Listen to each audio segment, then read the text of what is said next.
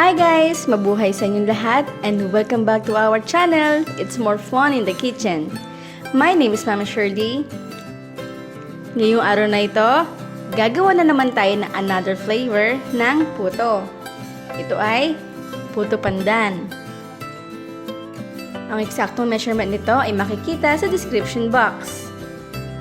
Napakadali nitong gawin. Just beat the egg, put the sugar, at batihin ito hanggang sa mag-fill ng color ng itlog. Set this aside. In another bowl, pagsamahin ang mga ingredients na ito. Para mas masarap pa at lasang-lasa ang ating puto pandan, gumamit ako dito ng homemade pandan juice.